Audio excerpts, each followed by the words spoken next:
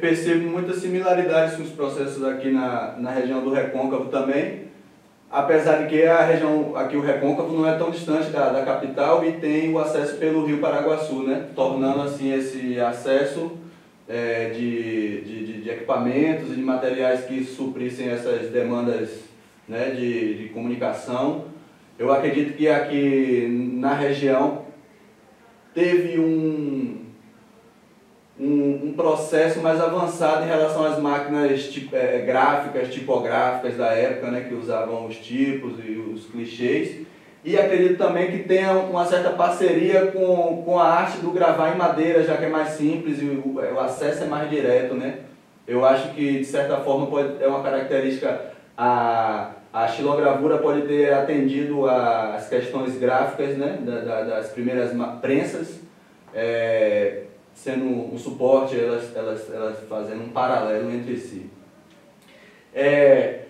Professor Cláudio é um pesquisador de uma região que eu tenho muito apreço, uma região riquíssima, que é a região do Vale do Cariri, lá no Ceará, né? Que é a Chapada do Araripe, que é um manancial cultural fantástico, que é uma vanguarda, eu acredito, assim, no pensamento artístico, toda a região ali do Cariri, do Ceará e também o interior ali do Pernambuco, ali, eu acredito muito nesse potencial criativo, né? E que com certeza a gravura extrapola qualquer clichê, qualquer rótulo de achar que é só... Não, a literatura em cordel é um universo, é um capítulo à parte da xilogravura brasileira, mas a gravura em si, ela é também, né, um universo também, um grande universo da gravura, né? A xilogravura o cordel, ele é um planeta dessa gravura nordestina, né? E que a gente é uma mera continuidade, a gente tenta avançar e prosperar, né, esse pensamento.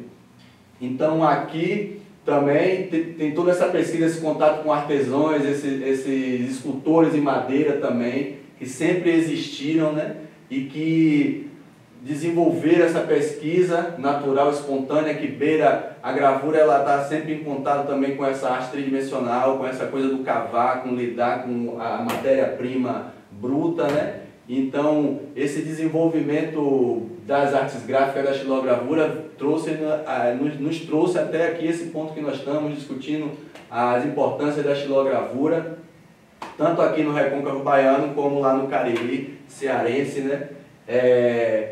E que ambos também têm seus desdobramentos de acordo com as mudanças da sociedade, interferências do meio acadêmico, não é isso, professor? Uhum.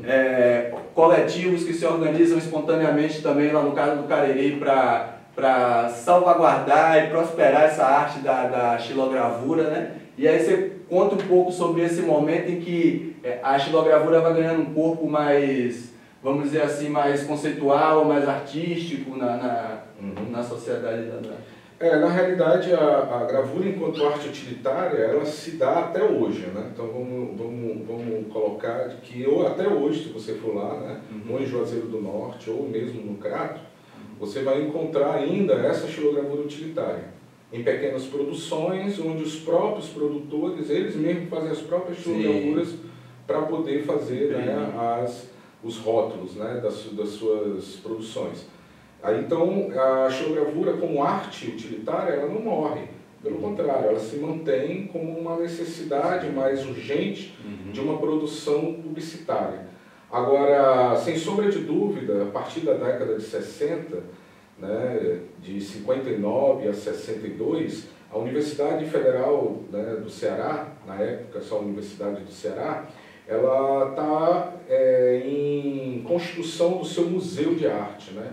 O Museu de Arte da Universidade.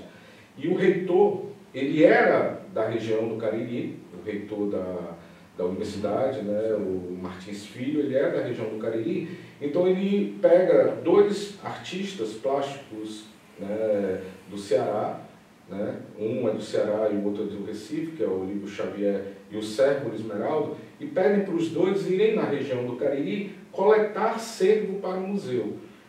A ideia é de criar um acervo de arte popular.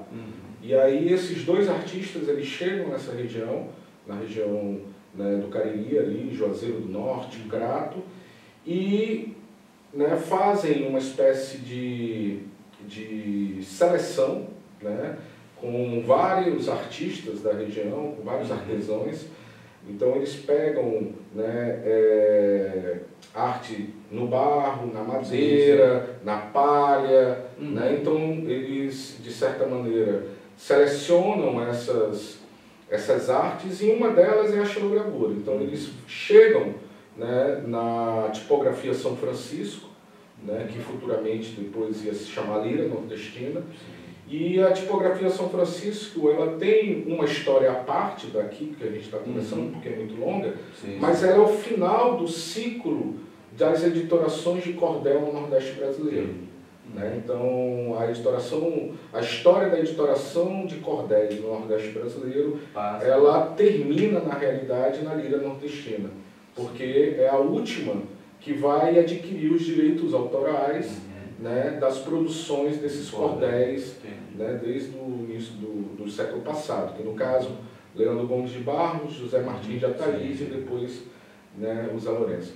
E aí então você tem uma história ali dentro daquele lugar, né, de produção de folhetos que, de certa maneira, desencadeavam, né, uma produção de xilogravura para a capa desses folhetos. Então, quando a universidade ela chega na região, a primeira coisa que ela faz é adquirir todas as matrizes produzidas por esse espaço, né, que é a tipografia São Francisco, e pega essas matrizes de madeira, né, e compra essas matrizes já da filha do José Lourenço, né, que comandava a tipografia. Ela compra essas matrizes, troca essas matrizes por lignotipos mesmo de metal, né, matrizes de metal, que eles mandam vir de Recife, esses lignotipos, fazem essa troca para que a tipografia não deixasse de ter essas gravuras, né?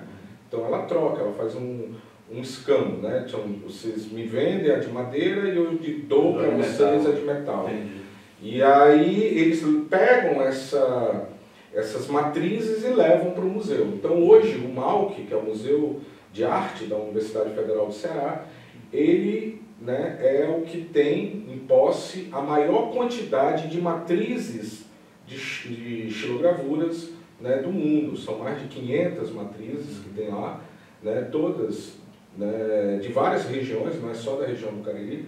Eles passearam por várias regiões ali, em torno, em Pernambuco, Paraíba, né, fazendo essa coleta de xilogravuras, né. E aí, quando eles chegam na região do Cariri, na realidade, como a arte era uma arte utilitária, não se tinha muito, digamos, conceito sobre a arte, né, relacionado a uma técnica artística. Né? Então era uma coisa muito espontânea.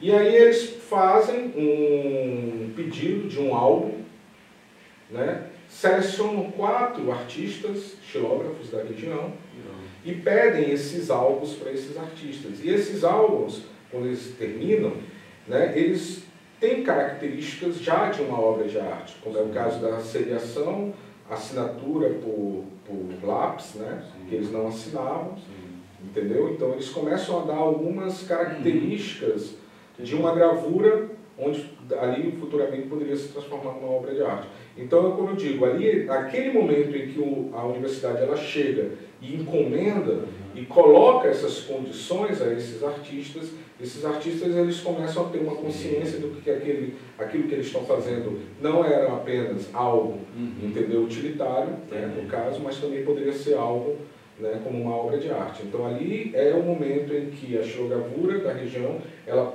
passa de uma arte utilitária, né, para uma arte, né, no caso, né, do campo das artes plásticas, né, do campo da arte conceitual, uma arte que por si só já tem seus valores, né. Acredito que a gravura, pelo seu aspecto da reprodução, né, da possibilidade de reprodução, ela tem, por isso é o aspecto profundo, o lance profundo da gravura, assim, que além de ser uma ferramenta de organização, de comunicação da sociedade no geral, ela transita por essa questão da arte moderna, dessa arte da reprodução, né, desse formato da reprodutibilidade, né, como se diz, de uma forma assim magistral, porque ela é isso, ela é essa transição, ela não se limita somente a ser uma peça publicitária, né, e é no campo das artes plásticas muito rica para ser explorada em termos mais técnicos, mais de ser feita mesmo, de explorar o claro e escuro, o traço, o uso de efeitos. Então a gravura para mim é uma disciplina que me encanta por essa transição toda, por esse pertencimento na... E é interessante, Lauro, essa intervenção que houve, né, na década de 60, porque a partir desse momento,